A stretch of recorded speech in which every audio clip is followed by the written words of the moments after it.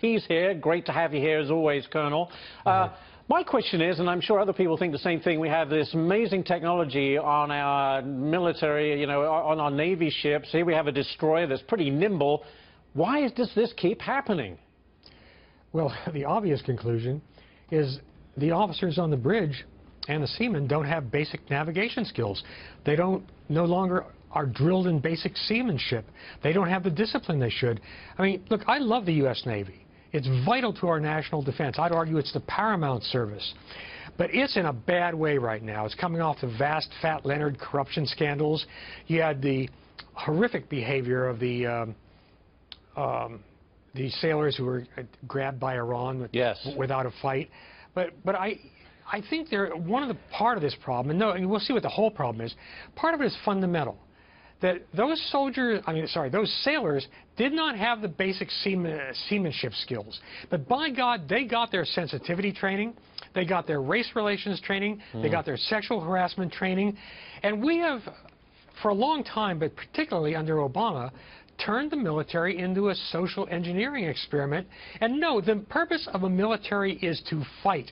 And for the Navy, boy, you can't fight if you don't have basic navigation skills. And the nonchalance, the neglect, the lack of focus that goes into an accident like this is just appalling. The one off the coast of Japan, twice is too much. Twice in 2 months. Next one for you, Colonel, and this is important, of course, as always. President Trump, we know now, is going to address the nation tonight on U.S. involvement in Afghanistan and South Asia.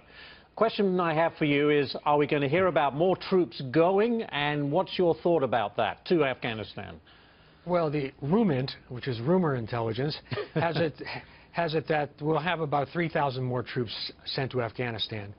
And, it sounds like a relatively small number, but there are three problems here. The first is that will bring our troop level up to about 13,000. How on earth can we expect 13,000 troops to do what 140,000 U.S. and allied troops couldn't do at the peak of our commitment when the Taliban was much weaker? The second problem is, I understand it, but we have military leaders who've served in Afghanistan and they've got this emotional attachment because they saw their soldiers and Marines die there, and they don't want to let go. But it's the principle of sunk costs. Actually, you got to know when to stop investing in the losing stock. So, Colonel, let me ask you, stop you right there. So I feel like you're saying it's time to pull out. Well, I would leave a residual force of around a little bit smaller than we have now, about 5,000, to do some fundamental training, but primarily to kill terrorists. The only reason for us to be in Afghanistan today is to keep killing terrorists. But here's the bottom line, Ashley. If the people of Afghanistan will not fight for their own government, why should U.S. troops fight for it? If the Afghans won't save that government, we can't save it. And by the way, we are so emotionally involved in this that we can't see what's obvious.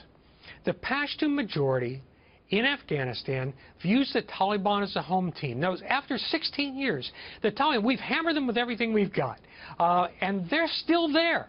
People are still volunteering to fight for the Taliban, and they're not willing to die for the Kabul government. If we can't, I mean, it's so obvious that this is an impossible situation, but at the end of the day, look, this is ugly. I have no sympathy with the Taliban. They're a bunch of brutal, woman-hating pederasts. But by God, for the locals, we're the Redcoats and they're the Minutemen. Yeah, but it doesn't help when Pakistan keeps offering safe haven for the Taliban. That's certainly true, but at the same time, Pakistan has certainly offered safe havens, and we've tolerated it, and that was wrong. But look at, we spent well over $1 trillion total in Afghanistan.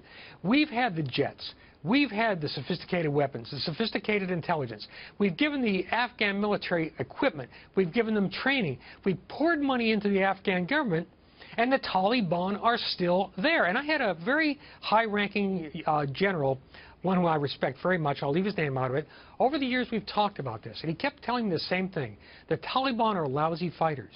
Well, you know what?